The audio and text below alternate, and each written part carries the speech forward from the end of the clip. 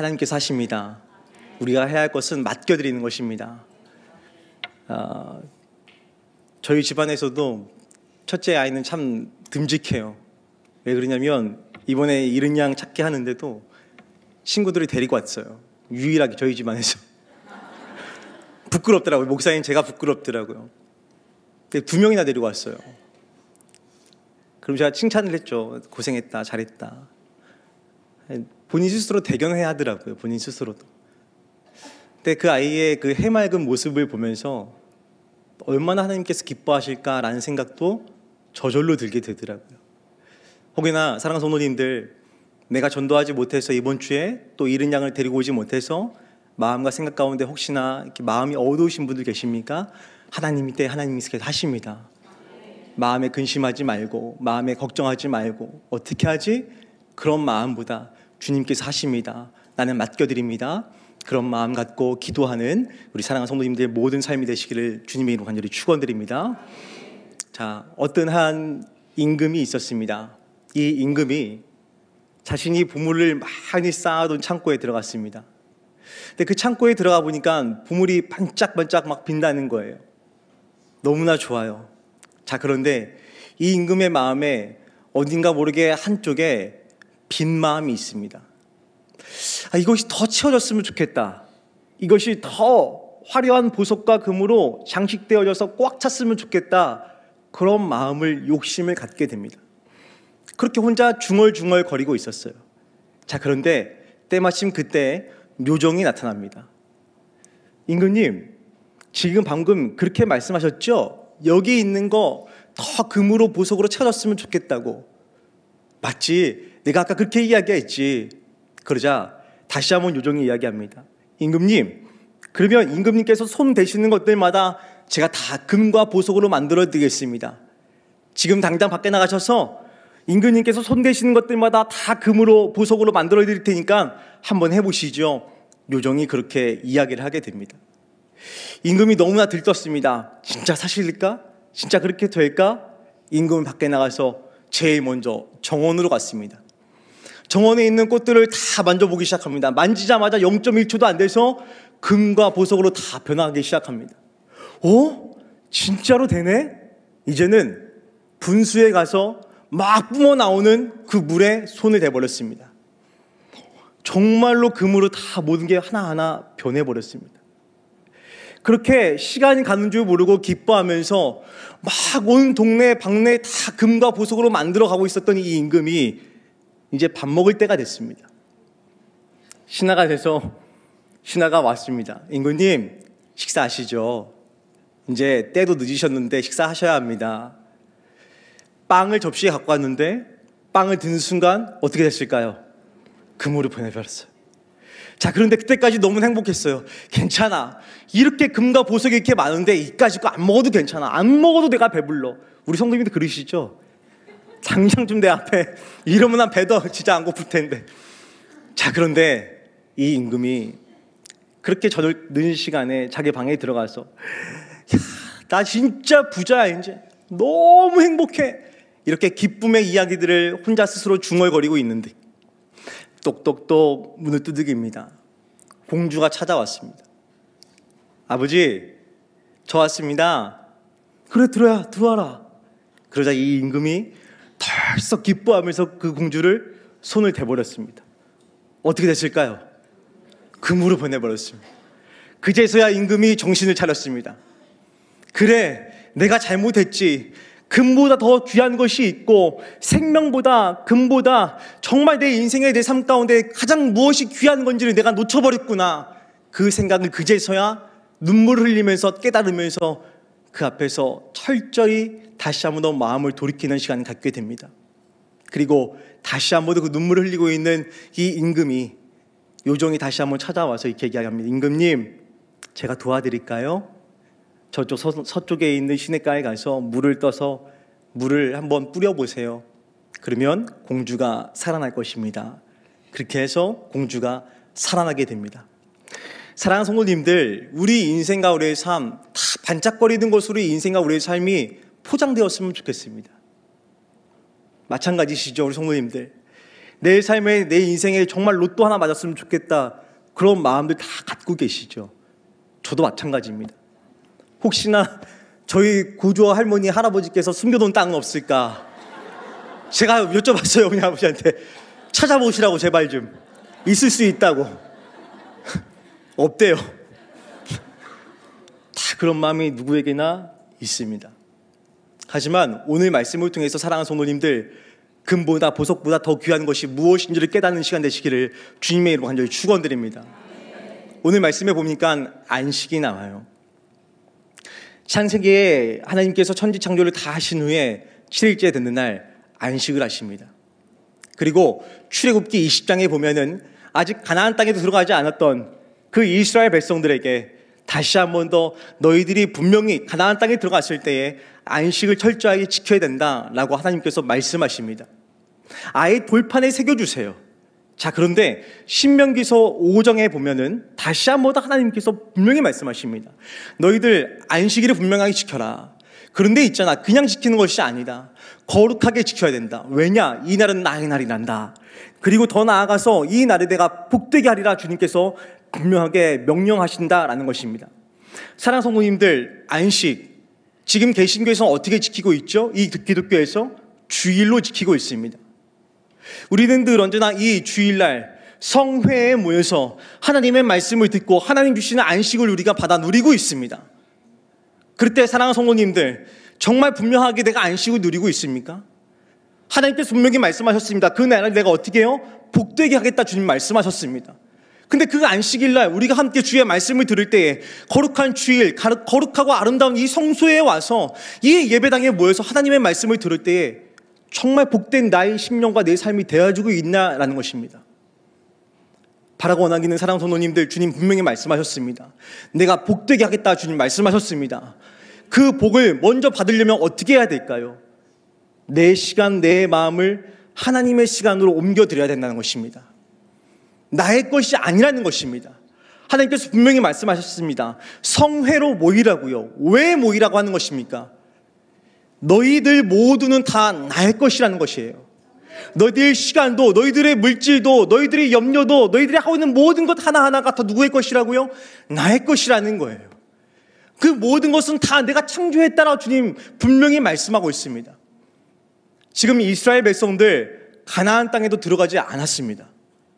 근데 왜 지금 가나안 땅에 들어가지 않았던 이스라엘 백성들에게 굳이 왜 하나님께서는 미리 앞서서 왜 말씀하셨을까요? 이스라엘 백성들은 종들이었습니다. 하나님의 종도 아니었습니다. 애굽의 바로의 왕의 종이었습니다. 종은 어떻습니까? 끊임없이 주인이 시킨 대로 해야 합니다. 주인의 시간표 안에 종들은 움직일 수밖에 없습니다. 먹으라 할 때 먹어야 되고요, 쉬라 할 때 쉬어야 합니다. 잘할 때 자야 합니다. 그게 종의 모습입니다. 하나님께서는 이 모든 이스라엘 백성들을 종으로 삼으셨습니까? 아니요, 나의 백성으로 삼으셨습니다. 그렇게 하기 위해서 미리 앞서서 하나님께서는 제일 먼저 무엇을 말씀하셨습니까?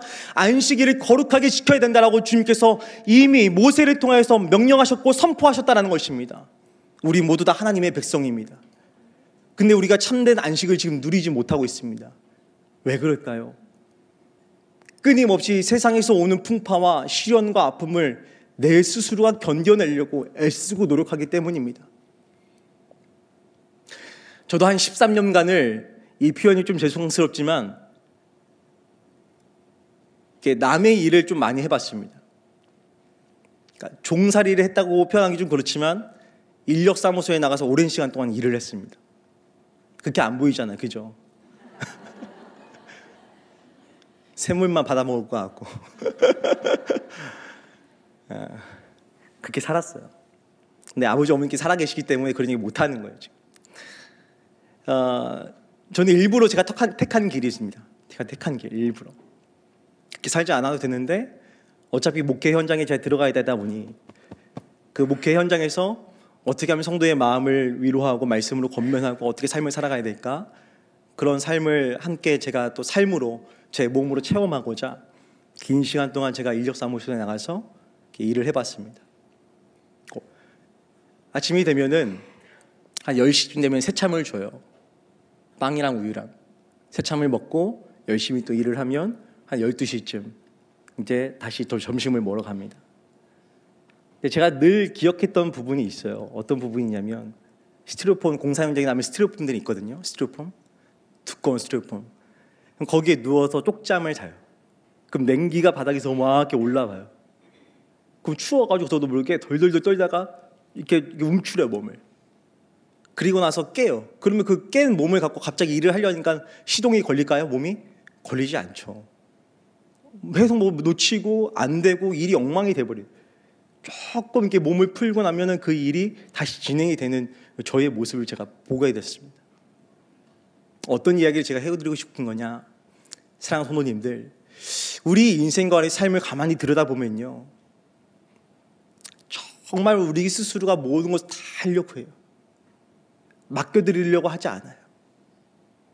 내가 해보면 되지. 그러다 보면 어떻게 될까요? 불안함이 와요. 두려움이 와요. 공포가 와요. 모든 것을 다 포기하고 싶은 마음이 저절로 들어요. 저 역시도 마찬가지였어요. 긴 시간 동안 그 인력사무소에 나가서 여러 가지 안 해본 일들이 없었어요. 정말 많은 일들을 제가 해봤어요. 그래서 전 지금도 집에서 어떤 수리할 때 뭘 할 때도 수리 기사를 절대 부르지 않아요. 제가 다 할 만큼 하다못해 장인어른께서 저한테 하신 말씀이 있어요. 목사 안 해도 할 게 너무 많다고 했어요.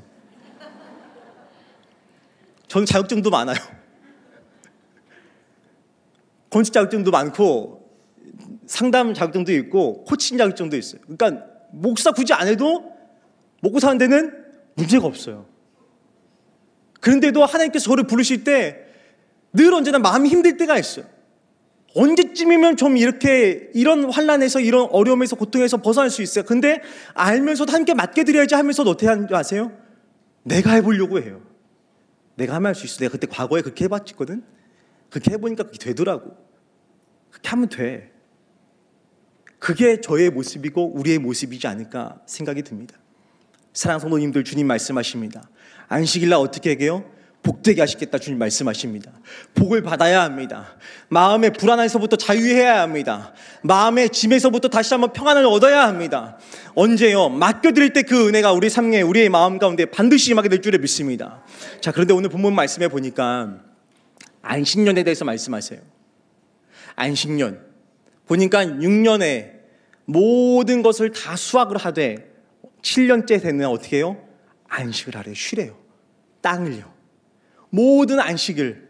그런데 그 안식을 함에 있어서 너희들 내가 분명히 얘기한다. 내가 도와줄게. 하나님께서 그렇게 말씀하세요. 근데 그냥 도와주는 게 아니래요. 오늘 본문 말씀에 보니까 6년째 되는 그 해에 얼만큼의 수확을 주시겠다고요? 3년치 먹을 수확을 많이 주시겠대요. 그런데 너희들만 먹는 게 아니래요. 누구까지 먹어야 된다고요? 종들까지, 나그네들까지 다 함께 먹을 수 있을 만큼을 넉넉하게 부어주겠다고 하나님께서 약속하십니다. 사랑하는 성도님들, 일을 하지 않으면 우린 불안해합니다.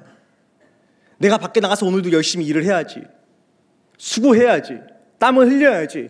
물론 흘려야 합니다. 수고해야 합니다. 열심히 노력해서 너는 보는 만큼 우리의 인생과 우리의 삶에 채워지는 은혜가 있습니다. 하지만 분명한 것은 그 채워짐의 은혜에서도 우리가 반드시 고백해야 할 것이 있습니다. 하나님, 모든 것은 다 주님의 것입니다.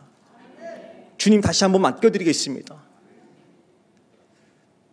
여러분 한번 생각해 보세요.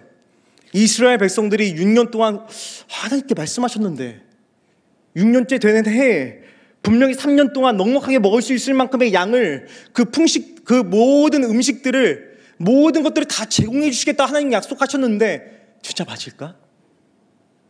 만약에 그런 마음 갖고 이 안식년을 지켰다면 그들에게 진정한 안식년의 의미와 그 기쁨과 그 풍요가 그들의 삶의 자리에 있었을까요?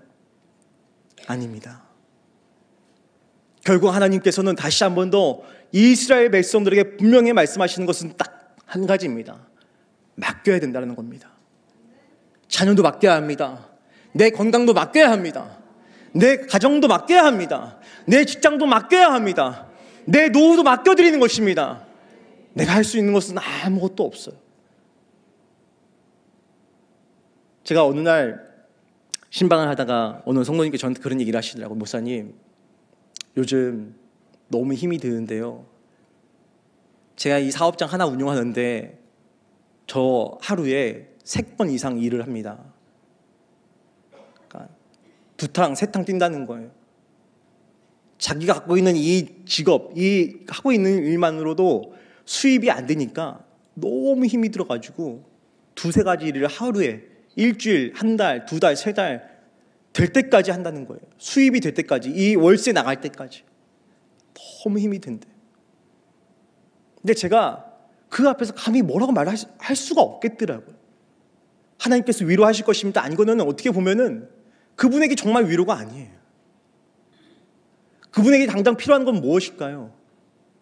돈이에요. 근데 그 현실을 보면서 제가 너무나 가슴이 아팠어요. 다 우리 그렇게 살고 있지 않습니까? 내가 좀 해봐야지. 내가 좀 노력해봐야지. 물론 노력해야 합니다. 하지만 내 생명도, 내 물질도, 내 시간표도, 내 시간도, 내가 호흡하는 것도 다 누구의 것입니까? 하나님의 것입니다. 이것을 우리가 놓치고 있다는 것입니다. 사랑하는 성도님들, 다시 한번 이렇게 고백하길 원합니다. 이렇게 축복하길 원합니다. 내 생명 주님의 것입니다. 막결이 자가 다시 한번 그 풍요의 은혜가 나의 것이 되며 우리의 가정 가운데 임하게 될 줄을 믿습니다. 자, 그런데 하나님께서 그렇게 안식년에 대해서 말씀하시다가 다시 한번 더 이 절기에 대해서 분명히 말씀하십니다. 어떤 절기냐? 희년에 대해서 말씀하십니다. 희년. 이 희년, 뿔라팔과 같은 의미의 단어로 쓰이게 됩니다. 뿔라팔 하면 바로 희년입니다. 근데 이스라엘 백성들이 이 뿔라팔을 불게 되는데 지금 자료 사진이 있을 거예요. 우리 함께 보겠습니다. 저게 뿔이에요.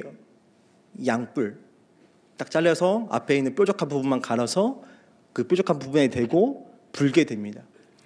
새해가 되는 첫 해 저희 이스라엘 백성들이 저 뿔라팔을 불게 됩니다. 근데 어린아이들까지도 뿔라팔을 불게 돼요. 이 희년, 이 뿔라팔을 부는 의미는 이런 의미가 있습니다. 어떤 의미냐? 바로 기쁨의 해라는 거예요. 기쁨의 해. 왜 기쁨의 해일까요? 이 희년은 49년째 되는 해에 50년이 되면요, 모든 종부터 시작해서 토지 관계에 묶여있던 모든 사람들이요, 자유를 해방하는 날이에요. 자유를 해방하는 날. 돈을 빌렸어요? 토지가 묶여있어요? 돈이 없어가지고 저 땅을 빼앗겼어요? 그러면 50년째가 되는 해에 모든 것이 다 풀려지는 거예요. 있으면 좋겠죠. 대 앞에 지금 대출이 얼마나 있는데 다 갚아버렸으면 좋겠죠. 우리에게도 있었으면 좋겠죠. 자, 그런데 또 다른 의미가 있어요. 우리와 같은 마음을 갖고 있는 사람들이 있을까? 하나님께서 그래서 이렇게 말씀하셨어요. 어떻게 말씀하셨냐? 공짜로 주면 안 된다고요. 어떻게 줘야 되냐? 그냥 공짜로 주는 것이 아니라 열심히 땀을 흘려요. 수고해요. 대신 그 사람에게 이 땅을 1,000원 주고 샀으면 1,000원 주고 팔아야 되는 거예요. 뻥튀기 하면 안 된다는 거예요. 그리고 같은 동족이 예를 들어서 종으로 팔려나가잖아요. 그러면은 그 종을 데리고 와야 돼요. 종으로 팔려나갔으면 2촌, 3촌, 4촌, 5촌 그 촌수에 맞춰가지고 그 사람을 다시 데리고 와야 돼요. 그게 하나님의 규칙이었어요. 법칙이었어요. 어떤 것을 말씀하시는 겁니까? 우리들만 기뻐하면 안 된다라는 거예요. 현 시대에 우리가 누리고 있는 이 모든 것들 하나하나 인생의 삶에 있어서 우리만 누리고 우리만 기뻐하고 우리만 감사하는 것이 아니라 저 상대의 사람의 마음도 함께 이해하고 함께 기뻐하며 함께 그 사람의 마음을 이해해 줄 수 있는 그 예수 그리스도의 하나님의 그 긍휼하심의 마음을 함께 나누기를 원하시는 것이 바로 희년의 해라는 것입니다. 사랑하는 성도님들, 오늘도 함께 우리는 말씀 앞에 섰습니다. 왜 섰습니까? 하나님의 말씀을, 하나님의 음성을, 하나님께서 나를 인도하심을, 하나님께 응답받고자 온 것은 사실입니다. 하지만 이보다 더 중요한 것이 있습니다. 하나님께서 다시 한번 우리를 사랑하시는 만큼 내 이웃과 내 공동체가 아파하고 있는 그 모습을 보면 우리도 함께 그 자리를 함께 안아줘야 하는 것입니다. 근데 우리는 어떻게 하죠? 나와 같지 않으면 자꾸 밀어내요. 내 생각과 같지 않고 내 환경과 비슷하지 않으면 자꾸 상대를 밀어냅니다. 가정에서도 그렇잖아요. 오랫동안 살아왔는 내 남편조차도 이해하는 게 왜 어려운지를 모르겠어요. 아내조차도, 가까운 아들, 딸, 며느리, 가까이 있는 이웃, 사촌, 친척, 왜 이렇게 사랑하고 보듬어주고 이해해주는 것이 왜 이렇게 어려운지 모르겠어요. 근데 주님은 이 땅 가운데 어떻게 오셨습니까? 모든 사람을 다 사랑하기 위해서 오셨습니다.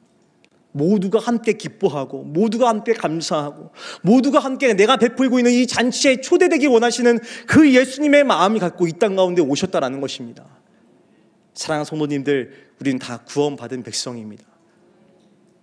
구원받은 백성으로서 우리가 해야 할 것은 사랑입니다. 근데 이런 말씀들 많이 하시죠. 목사님, 전 사랑받은 적이 없어요. 아버지께서 일찍 돌아가셨고 또 아버지께서 저를 언제나 사랑보다 때리고 욕하셨고 누른자 저를 힘들게 하셨기 때문에 사랑받은 적이 없어서 사랑하는 게 너무 힘이 들어요. 그런 분들 계시죠? 바라고 원하긴 하나님께서 그 마음 다 분명하게 위로해 주실 줄 믿습니다. 더 큰 사랑으로, 더 큰 능력으로. 지금도 혹시나 상처로 하여금 남을 사랑하는 것이 두려워하시는 분들 계십니까? 그 상처마저도, 그 어두움마저도 주의 말씀의 빛으로 우리에게 오셔서 우리의 심령을 비춰주사 모든 그늘을 다시 한번 예수의 보혈로 깨끗하게 하여 주시고 온전케 하여 주시고 평안케 하시는 하나님의 능력으로 우리의 삶을 인도하실 줄을 믿습니다. 말씀을 정리하겠습니다. 오늘 모세에게 하나님 말씀하십니다. 안식을 지켜야 된다. 근데 있지, 그냥 지키는 것이 아니야. 나에게 맡겨야 된단다. 나를 의지해야 된단다. 그리고 나만 봐야 된단다. 그것이 바로 우리에게 주시는 하나님의 말씀이라는 것입니다. 더 나아가 희년의 해, 모든 것들이 다 묶여 있었던 그 해, 땅도 토지도 자녀들도 모든 것이 다 빼앗겨 슬픔 가운데 있는 그 종들을 너희들이 보고만 있을 것이냐? 함께 해야 된단다. 말씀이 있는 자리, 이 잔치의 자리에, 이 성회의 자리에, 이 기쁨과 안식과 참된 하나님의 찬송하는 이 정말 기도의 자리 가운데 함께 해야 된단다. 그렇게 우리에게 콜링하고 계십니다. 사랑하는 성도님들, 다시 한 번 더 우리의 마음이 주님께 집중해서 정말 힘들고 어려운 시대 길이 되어지고 진리가 되어주시고 생명 되신 주님이 우리의 길을 열어주시는 그 하나님의 복을, 그 하나님의 은혜를 우리의 것으로 우리의 모든 삶에 더 풍성케 하시는 하나님의 은혜로 다시 한번 받아 누리는 우리 사랑하는 성도님들의 삶이 되시기를 주님의 이름으로 간절히 축원드립니다. 우리 함께 찬양하겠습니다.